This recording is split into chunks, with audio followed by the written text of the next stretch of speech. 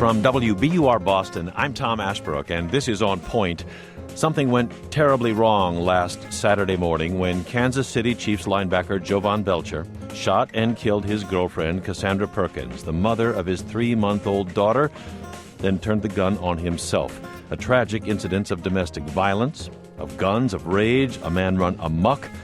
And the next day, the game went on. This hour on Point, we're going to look at this murder-suicide in the NFL and what we can learn from it about the world of pro sports and well beyond. You can join the conversation.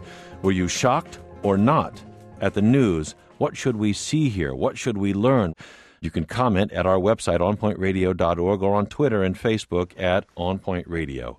It was just about a year ago, December 4th, 2011, Kansas City Chiefs playing the Chicago Bears. Chiefs went on to win 10-3. Here's Kevin Harlan and Salman Wilcots from CBS calling the play when the Chiefs' Jovan Belcher stopped Chicago Bears running back Marion Barber with a hard hit near the line of scrimmage 1 year ago. And a 2-yard loss on the play. Belcher coming through, an undrafted kid out of Maine. Wow. Oof. He kissed Marion Barber. And it's not even Valentine's Day. Listen up. Woo. Klutz couldn't get over there to knock him out. Yeah, that would jar your helmet free, wouldn't it? That'd unstrap your hat. That'll unstrap your hat. That was a year ago. On Saturday morning, early Saturday morning, there were paramedics transporting a wounded Cassandra Perkins. His girlfriend, mother of his child, reported to a 911 dispatcher in this tape that the woman was gravely wounded. This is graphic. We're with early 20s female. She's been shot about 3 or 4 times. One of the chest, one of the neck, and one of the abdomen. All went through. And then more. Jovan Belcher at a parking lot outside the Chiefs facility with a gun to his own head. Here's an officer describing that scene. He's got black pistols to his head. I've got at least 4 guys trying to negotiate with him. I haven't made contact. Trying to negotiate, he's got a black pistol to his head. And, of course, within minutes, Jovan Belcher also was dead. The Kansas City Stars reported in depth on this thing, talking about the Chiefs linebacker after he shot Cassandra Perkins, leaning over her in their master bedroom. His mother was in the house. I guess they got this from her. Said he was sorry, kissed her on the forehead. His mother stood in the kitchen. She rushed in. She saw that goodbye. Belcher apologized to his mom, kissed his 3-year-old daughter, fled his rented home there in his Bentley, and 5 miles to the Arrowhead Stadium facility, 25 years old.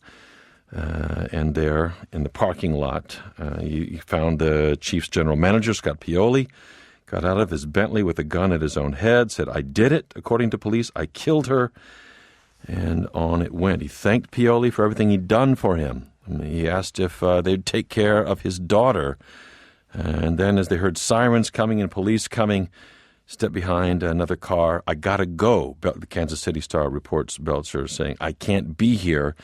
Knelt behind a vehicle, made the sign of a cross on his chest, and fired a single bullet into his own head.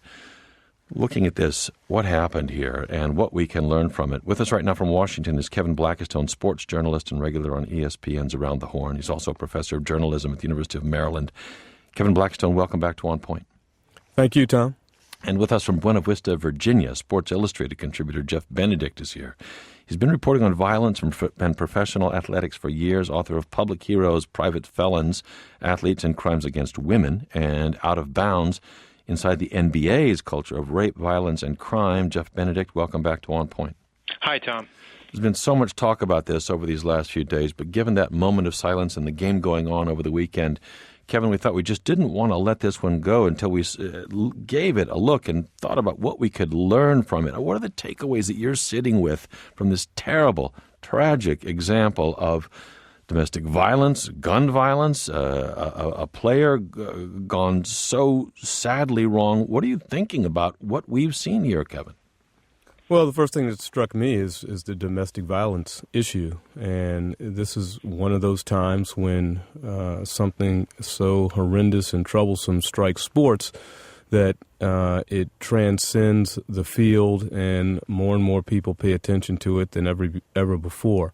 And I was pleased to see that the Kansas City Chiefs handled the situation as they did by having everyone before the game recognize the victims in this particular case and the victims in these crimes all across the country. And hopefully the NFL going forward, as it has done with breast cancer awareness, can make this part of its platform, part of its program, to bring more awareness to this issue and hopefully some solutions to it. Jeff Benedict, there was a moment of silence at the game that went ahead the next day there in Kansas City. There have been NFL efforts to get involved with trying to fend off domestic violence, but can you see the NFL becoming a torchbearer for awareness on this front, domestic violence, given its own history and what we see in so many professional sports? Well, that's a good question. They certainly have they have a bully pulpit, so to speak, because they have the eyes and ears of so many men and so many young men in this country who watch their product on TV every week. This is something that for years the NFL was in denial about, that they didn't want to address. As recently as the mid-'90s, the NFL's position was, we're no different than anybody else. I think that's changed a lot because the league now has efforts they do a lot of education in the preseason where they'll bring law enforcement experts in and others to talk to players before the season and try to educate them on this. But I think there's a limit to how much the NFL can do on this, quite frankly. I mean, they can't really control what players do in their private time when they're off the field and they're off the confines of NFL properties. And that's where these things happen. They happen in homes. They happen in hotel rooms when there aren't security guards around or coaches around to monitor these things. And a lot of these guys, they're really young. They have a lot of money.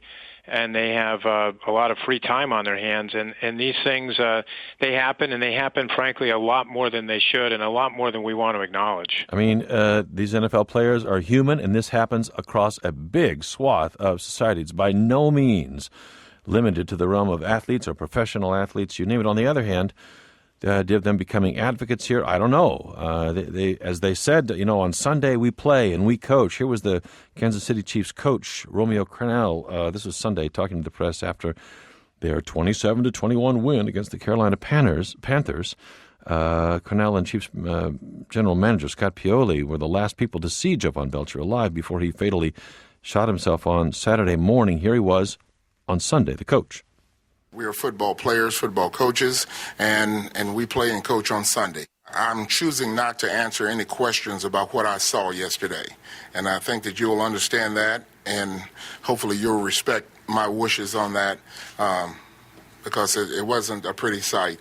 No, it wasn't, but we play and we coach on Sunday, no matter what comes. Maybe Chiefs quarterback Brady Quinn was a little more contemplative here, maybe more thoughtful in post-game remarks, saying the tragedy might be a lesson to better connect with those around us who might be struggling. Here's the Kansas City Chiefs quarterback Brady Quinn. I know when it happened, I was sitting in my head thinking, what could I have done different? When you ask someone how they're doing, do you really mean it? When you answer someone back, how are you doing, are you really telling them the truth?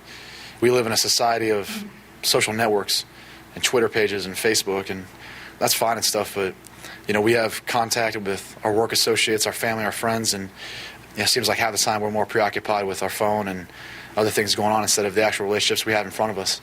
And hopefully people can learn from this and try to actually figure out if someone's battling something, deeper on the inside than what they may be revealing on a day-to-day basis. Chiefs quarterback Brady Quinn. Jeff Benedict, I mean, we know this is a big issue in society, domestic violence just for starters, and we're going to look more closely at that.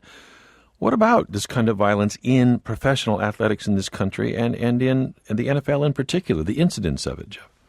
Well, there haven't been a lot of studies on this. I did one, or was part of one, that happened in the late 90s, and we looked at every player in the NFL from the 96-97 season and found that 21% of them had been charged with a serious crime. And by serious, we meant felonies or crimes of violence. And that's 1 in 5 players.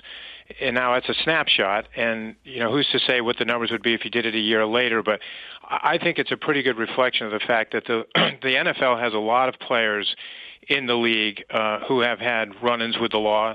That number is certainly it stands out. 21% is a big number, and I think with the area of domestic violence or just violence against women in general, there's no data that proves that NFL players do this more than anybody else does in society. But one thing is clear. These players have opportunities that most men in America don't have with regard to their access to women. And so many times these domestic violence cases are predicated by a player being with another woman other than his wife or his girlfriend, and then coming home and having a heated exchange that leads to a domestic violence incident or a call to the police. That trigger is there almost every time. I'm not saying in every case, but in most cases, that's what you find. Very often in those cases, as in others, Jeff, charges do not end up being filed for all kinds of reasons. There are big careers on the line here. Yeah, and in some respects, most women who are victims of domestic violence are not eager to report their case, and there are a number of reasons for that. It's embarrassing and humiliating. It's also scary to report. But for NFL wives or NFL athlete wives, it can be even worse because the attention is so much more magnified than for a typical victim.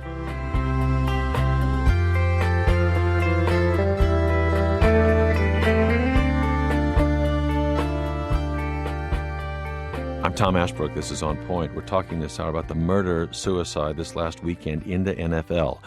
Kansas City Chiefs linebacker Javon Belcher dead. The mother of his child, Cassandra Perkins, dead. And a high-profile spotlight here on domestic violence and more. Kevin Blackistone of ESPN is with us this hour. Jeff Benedict, who contributes to the Sports Illustrated, is here. Author of Out of Bounds, Public Heroes, Pros and Cons. Here's a speech to a visibly upset football team in the locker room after the game on Sunday. The Chiefs coach, Romeo Crennel, praising his players for their effort. But you did something really good today. Really good. You overcame a lot. You stuck together as a team like we talked about, helped each other, all right? Family and friends, you relied on those people, all right? You relied on your faith to help get you through this. All right, and we got through it, all right, in a grand way because everybody made a contribution.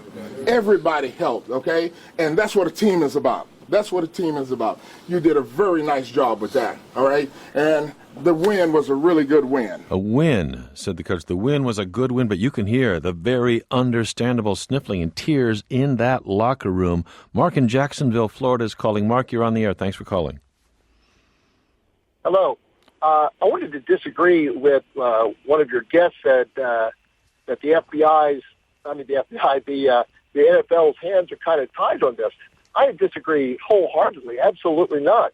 If the NFL from day one with these players when they signed their contract said, if you ever get involved in a domestic altercation where you're arrested or the police are involved, you're going to be suspended or you're going to be banned from the NFL. I guarantee you these things would stop the day after tomorrow if you really, it might sound draconian, but then again, look what happened. Yeah, but more than draconian. Mark, let us pick it up right there. Kevin Blackistone, what about it? Put it right in the contracts. I mean, this is one thing that makes the NFL different from normal life. There are contracts here. Well, sure, but there are moral clauses in NFL contracts that speak to things like that. But what the caller is forgetting, and what Jeff's a subsequent study that Jeff did and he alluded to shows is that the rate of violence among NFL players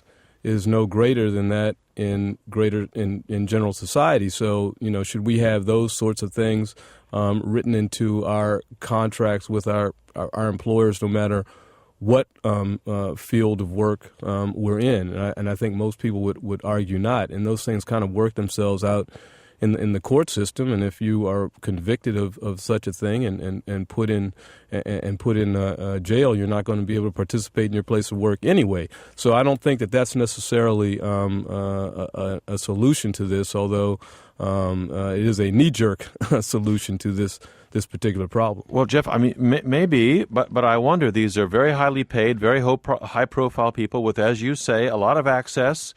And there's a morals clause there. Why not ratchet it up in part for these players. I mean, to put a clear flashing red light, do not do this because you'll be gone. Well, a couple of things. First of all, you got to separate accusations from convictions, and you can't be kicking players out of the league because they get accused of something.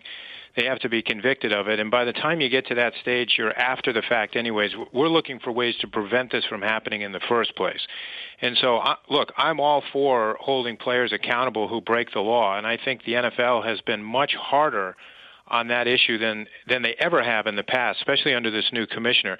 But if we're looking at how do we stop this from happening in the first place, you have to go back to the environment where this thing grows from. And I think for me, this problem starts with places like strip clubs and lots of places where some of these players tend to spend a lot of their time. And these environments are just a groundswell of problems, not just problems with violence against women, but there's all kinds of other problems. And we're familiar with these stories. They happen a lot. The problem is the NFL, it's not illegal for adult men to go to these places. You can go to bars, you can go to strip clubs, you can hang out.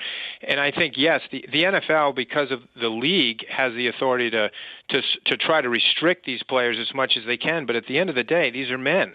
And they have the freedom to go to these places. And I think that until that environment is curtailed, you're going to continue to see these kinds of cases be in the newspapers. We're going to hear from Rita Smith, a top activist in domestic violence in this country, in just a minute here. But what do you say, Kevin? I was just going to say, Tom, just one thing that I think is somewhat specious is this idea that NFL players or pro athletes have more access to women than anybody else. I mean, we just saw Dominic Strauss-Kahn enter into an out-of-court settlement for with the maid in New York. Okay, but he's kind of in a special category too. Well, what my point being that there are also studies that show that when you control for economics, that men have the same rate of violence against intimate partners. So I don't think that I don't think that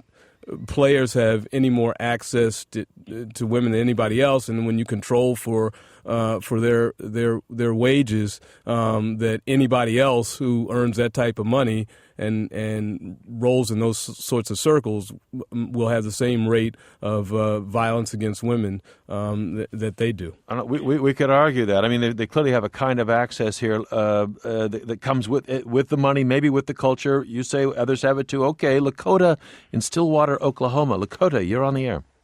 Hi. I got a theory on this. It's called SSSS, Sudden Star Status Syndrome. And these ordinary people who get lots of money, and the basics in life still hold true no matter what category of job you're doing. And it's very true. It's not just the NFL because if you're reading a book in an airport and somebody takes a picture of you, that gets on the news the next day. So the little things you do as an NFL player, you're under the microscope. So, but they do have the same problems that all human beings have. Society is fractured. We're atrocious at relationships, and I think what they really need to do is, if they're going to help these NFL players, is to try to show them that there's a way of dealing with this stardom on the one hand and being a simple human being on the other. And they haven't, there's a big dichotomy, that it's delicate tightrope you walk in there. On the one hand, you take a shower, you brush your teeth, you're a human being, and then the next minute you're out in the spotlight. And so you're in your Bentley in this case, asleep outside a girlfriend's house. In the case of Javon Belcher, hours before this shooting. I mean, Lakota, who can argue? There is a human nature at work here. Everybody needs support. Everybody needs to kind of keep a handle on here, obviously. Bob Costas looked at this Sunday night on NBC in his regular halftime segment during Sunday Night Football. talked about gun control. It was kind of almost spontaneous, maybe editorial. Earned him a lot of pushback from gun rights supporters. But here's Costas. He was quoting and paraphrasing on the air, halftime, extensively from a piece by Fox News sports columnist Jason Whitlock. Handguns do not enhance our safety. They exacerbate our flaws, tempt us to escalate arguments, and bait us into embracing confrontation rather than avoiding it. In the coming days, Javon Belcher's actions and their possible connection to football will be analyzed. Who knows? But here, wrote Jason Whitlock, is what I believe. If Javon Belcher didn't possess a gun, he and Cassandra Perkins would both be alive today. Gun rights lobby came down like a ton of bricks on Bob Costas, speaking with Lawrence O'Donnell on MSNBC last night. He said, well, look, it's a culture that's the problem here, what he called a Wild West, dirty, hairy culture around guns. Here again, Bob Costas. Young athletes are disproportionately armed. Tony Dungy, one of the most respected people in all the sports on our program on Sunday night, said that one year when he coached the Colts, he had 80 players, before they cut the roster down, 80 players in training camp. He said, how many of you guys own a gun? And roughly 65 hands went up. Even if all those guns were obtained legally, you can't have 65 guys in their 20s and 30s, aggressive young men subject to impulses, without something bad happening. Kevin Blackstone, what about the gun piece here? Police say they found several in Javon Belcher's home. And there's Tony Dungy, as reported by Bob Costas, saying, look at how many of these guys are around with guns. Is this just America? Ain't that America?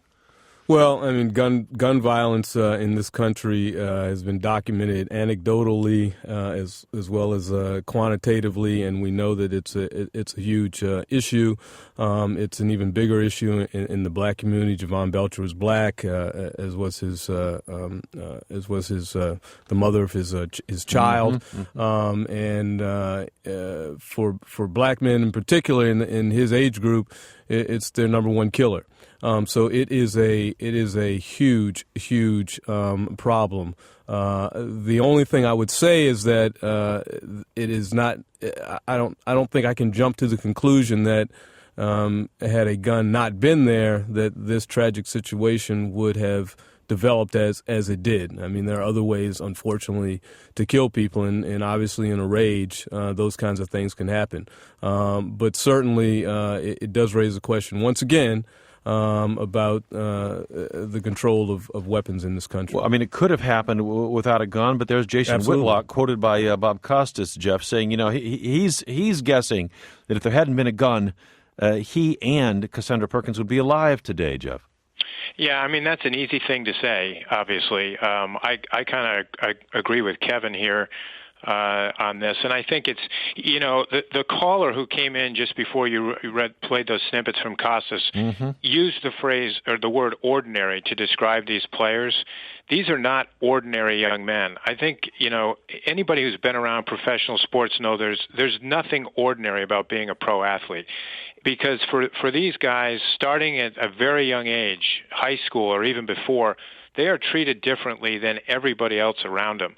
And that different treatment escalates as they climb the ladder towards the stage of professional sports. And so the one thing I would disagree with Kevin on is, yes, these guys have a lot of money, just like Wall Street guys and other people who get to that income level. But there's a big difference here, and that is that these players, because they're on TV all the time and they're on cereal boxes and posters that hang from kids' walls, they don't have to go pay women and people to give them what they want. The Wall Street guys pay a lot of money to get call girls. These players, they don't have to do anything. They just have to go someplace and stuff comes to them. And I think, Jeff, that's an assumption. I mean, it's not an assumption, it's a fact. But who's to say that people on guys on Wall Street with wads of money in their pockets don't go to bars down the street and have women have all sorts of women available to them as well? Who's to say that they also don't go to strip clubs or even own strip clubs? Yeah, I hear you, but I don't know if drawing a razor down between the lords of Wall Street and the lords of the football field is going to really take us to insight here. They're both in high-income categories. They're both in different kinds of access categories, play out maybe in different ways, maybe in different settings, but maybe not so different. Let me get a call here from Beth in Charleston, South Carolina. Beth, you're on the air. Hi, Tom. Hi. One issue that hasn't been mentioned yet is the issue of the head injuries that these players undergo and what effect that may have on their abilities with thinking clearly and all of the damage that does to them internally with their brains and all the tests that are being done on that issue. Yeah, we've heard so much about this just recently, just this week, out of Boston University. All the research that's being done on brains there and concussions that can lead to explosivity, aggression, paranoia, depression. Do we know if this was a factor with Javon, Kevin Blackstone?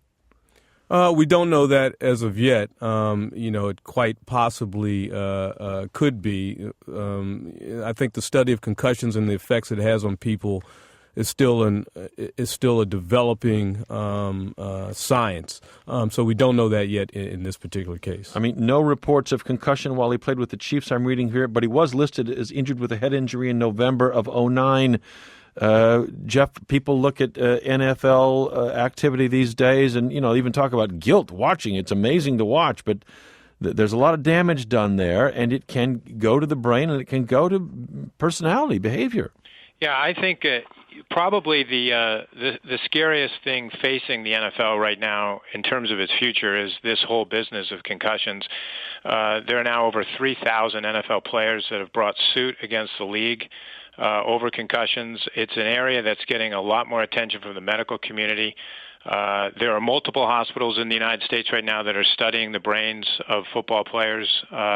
It's one of those things that I think it's lurking beneath the surface, but it's becoming more and more apparent that the violent nature of the game, no matter how well you develop a helmet or how many rules you pass about where you can hit an opposing player, this is an incredibly violent game played by super fast, very strong men. And with it, there are these ramifications. And I think as we move forward here and more comes to light about concussions, it's probably the worst aspect of the game. And the public is getting, it's not at a point right now, though, Tom, where people are ready to turn off the tube. I mean, the NFL's ratings are as high as ever right now. But maybe, Kevin, this leads the NFL to get even more involved in family and personal relations of their players if they're running these extra risks because of the battering they take.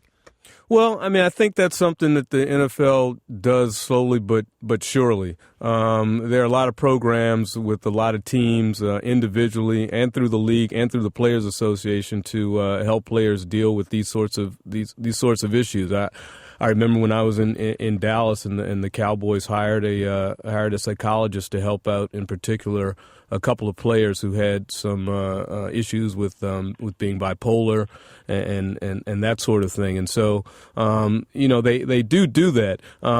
But on the other hand, these are also young men, and they've been through college and they're adults and they're in society and just like all the rest of us, and sometimes they have to be accountable for themselves, and people who they work with have to make them accountable.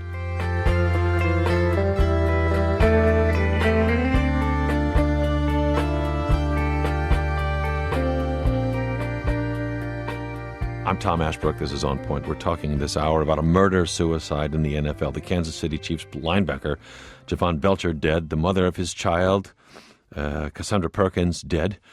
In a high-profile spotlight over the last weekend, tragically, on domestic violence. The setting was the NFL, but it is, of course, an issue in this country well beyond those precincts.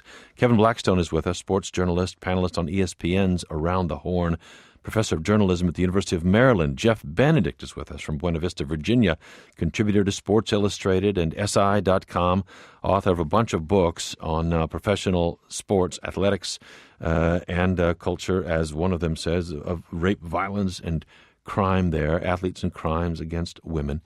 Kevin, Jeff, please stand by. I want to welcome into our conversation Rita Smith. She joins us from Denver, Colorado. She's executive director of the National Coalition Against Domestic Violence. Rita Smith, thank you very much for being with us today. What do you see to be learned from this terrible weekend in Kansas City? Well, thanks, Tom, for inviting me, and Kevin and Jeff. It's been a really good conversation up to this point. I think, your question was, are you shocked? No. Unfortunately, I'm not. This is something that happens every day in some part of the country. A woman is murdered by someone who says they love them. And I think that, as your conversation has progressed, what's been really important for me to look at is, this is a really widespread issue. 1 in 4 women, 25 to 30% of women in this country are victims of domestic violence. We spend over $5 billion in costs related to this in this country. 16 to 24-year-olds are most at risk. So it's an issue that is really important. I think one of the things that I would like to focus on is the fact that most men are not violent, and that the problem that I see in that configuration is that most men are silent about this issue. So not many people are like Jeff, who are trying to point out the issue and trying to look at the culture that's creating the acceptance of this violence. And that's what I want to look at. And what I would love to do is work with the NFL to start to create good role models, to start to send out good messaging about how men treat people that they care about. I think that actually, they've spent most of their resources on defending and responding and reacting to the violence. What I want to do is work with them to try to help to reduce that violence by changing the norm. And I believe they have a huge capacity to do this because they don't just influence men. I'm an NFL fan myself, and they influence women. They influence a lot of women. And so if we can start to change the messaging around what's acceptable and what's healthy and what you do and you don't do when you're angry, that we might actually be able to start to see a dramatic reduction. Rita, there's a lot of skepticism among our listeners in some respects. I mean, Katie writes to us, she says, this is not a gun control issue. This is not a steroid issue. This is a societal issue, she writes on Facebook, where men still hold the reins to do as they please, and athletes in general carry less accountability for actions in their personal life. And here another on Twitter says, domestic violence is about one partner having power and control over the other. These are not violent outbursts or isolated incidents. And maybe that power ratio is even greater whether in athletics or not, one's got the glamour and the money and the TV coverage and all the rest, Rita. Well, I think that's true, and certainly there's a pretty high percentage of abusers within police departments as well. So, or law enforcement. I think that when someone has the power and they also have the support, I can look back all the way to 1994 and when Nicole Brown Simpson was murdered, and one of the things that she had written in her journal was that no one will do anything about this because of who he is. And so I think that, in 1998, I tried to have a conversation with the NFL about this, about let's look at good role modeling here. Let's look at, you have lots of good guys in your organizations. Why don't we start to hold them up as messages for the others who are new and coming in? I think that there's some power with that. OJ in the spotlight then, Javon Belcher now and dead. Kyrie's calling from Stanton, Virginia. Kyrie, thanks for calling. You're on the air. Hi, Tom. I really enjoy your show. Thanks. The question I wanted to present was the possible link between the aggressiveness that players tend to distribute on the field and or the environment that calls for it, and maybe the disconnect in, leaving it on the field and then taking it off, and, where, they're used to butting heads and stuff like that.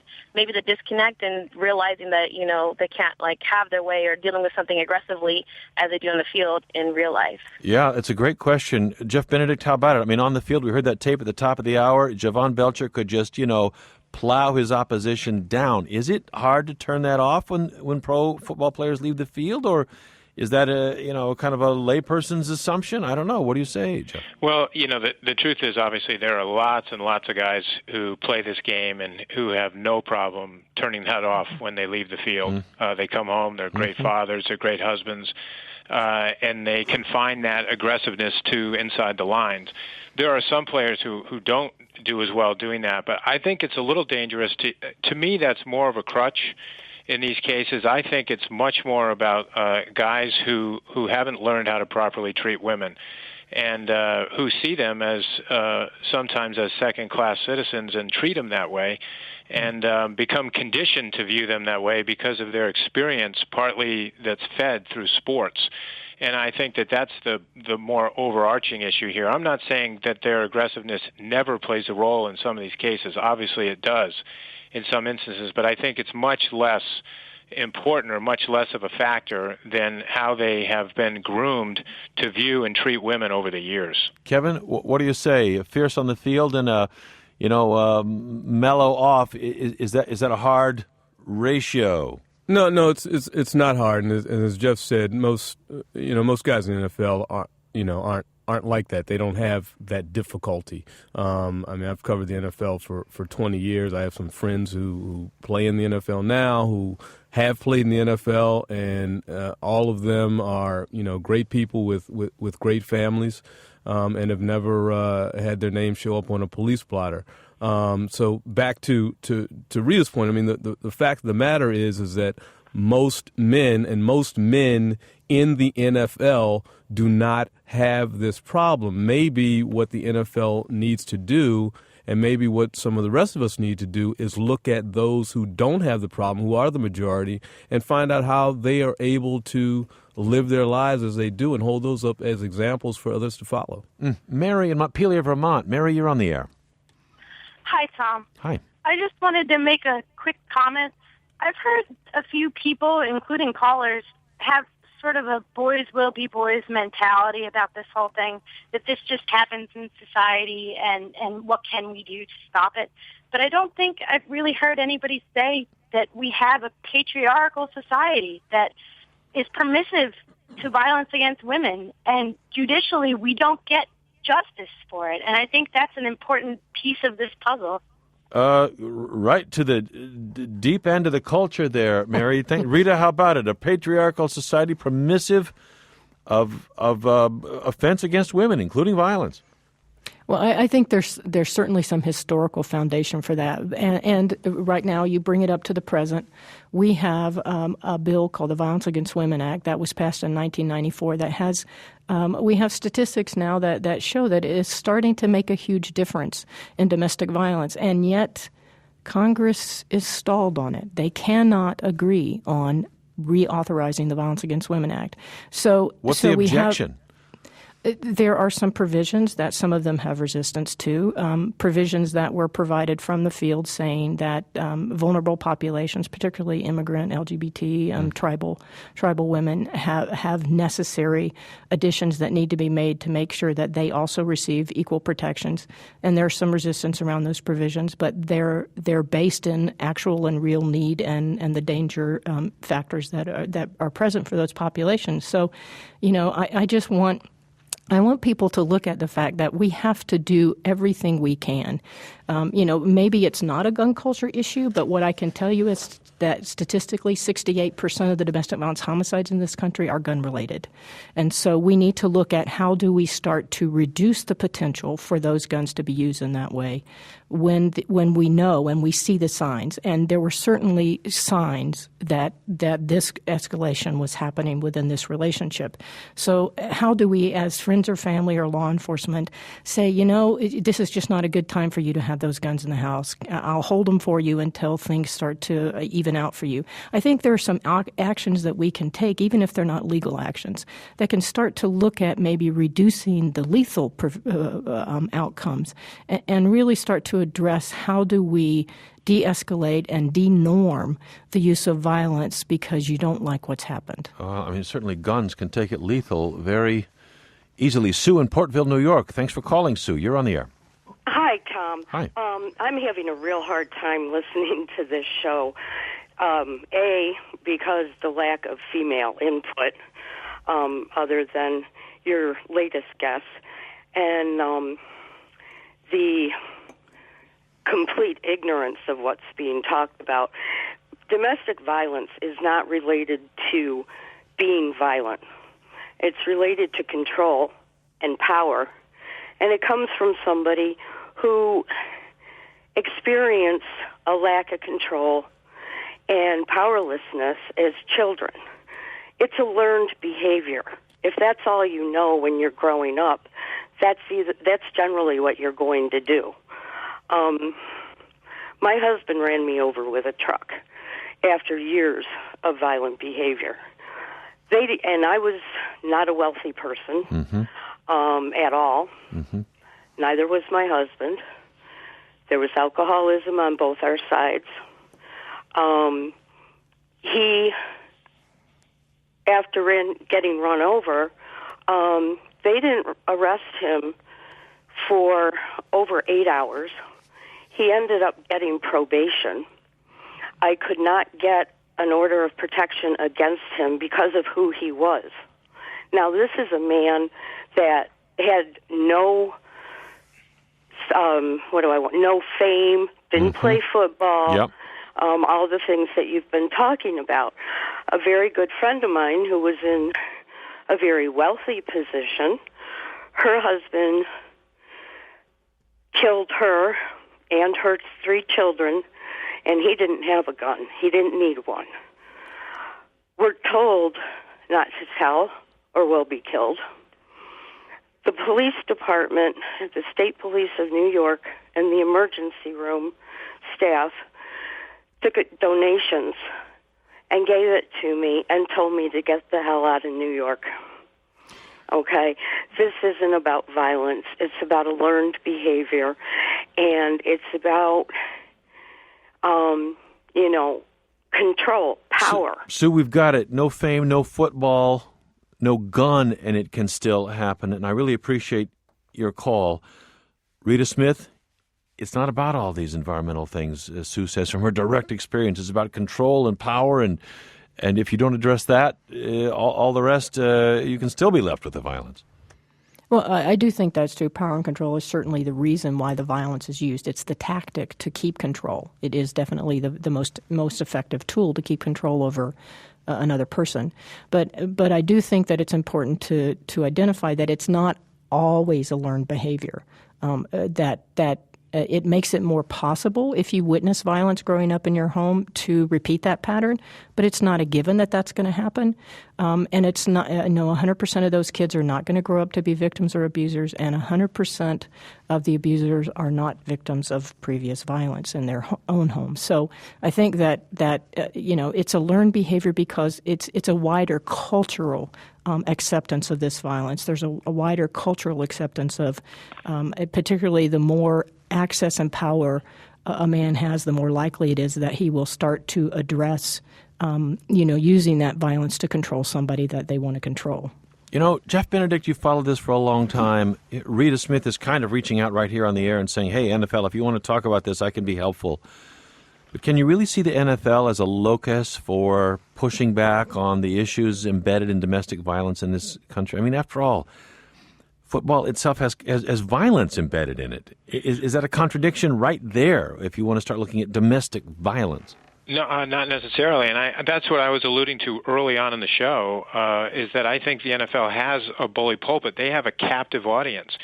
They have this whole legion of guys that, for whether it's wise or not, are looked up to by boys, men, and women who watch these games. And so they have a platform, and they have a way to reach people. And I guarantee if they took some of their most high-profile players who are living the kind of lifestyle that you want to promote, those are the guys that could have a huge impact. They could have a huge impact through television commercials, through visiting schools, through speaking in the locker room. There's a lot the NFL could do. But aren't they selling violence themselves, every Sunday? Every... Yeah, I mean, the game is violent. There's no question about it. The idea here is, this is a game it is embedded in our culture. Football is an American game. It's American-made.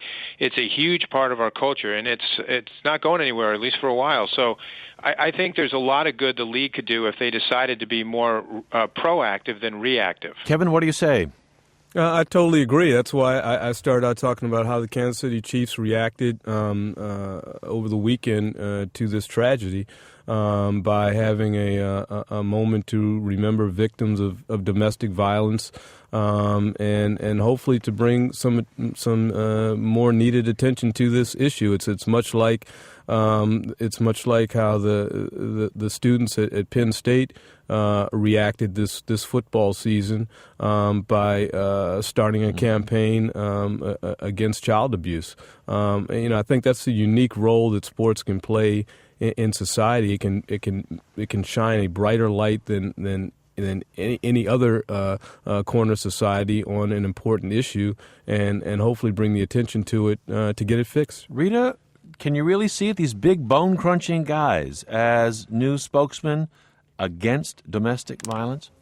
I can absolutely see it, and like everyone has mentioned, most of these guys are really good guys. They're good family members, they're good community members, and they really can influence us in positive ways. And I really think they can have a significant impact on helping us shift this cultural norm. Well, let's hope something like that might come out of this that would affect not only within the sports world but well beyond. As we've heard from callers today, women in particular, this can have a very heavy toll, and does. If this story helps us get our national arms around that, maybe there's some small blessing in it. Rita Smith, Executive Director of the National Coalition Against Domestic Violence, with us today from Denver. Rita, thank you very much for your time. Thanks, Tom. Kevin Blackstone, ESPN, University of Maryland. Thank you, Kevin. Thank you, Tom. And Jeff Benedict, thanks so much for joining us. Thanks, Tom. In this hour tomorrow, we'll look at the best books of 2012. Thanks for joining us. This is On Point.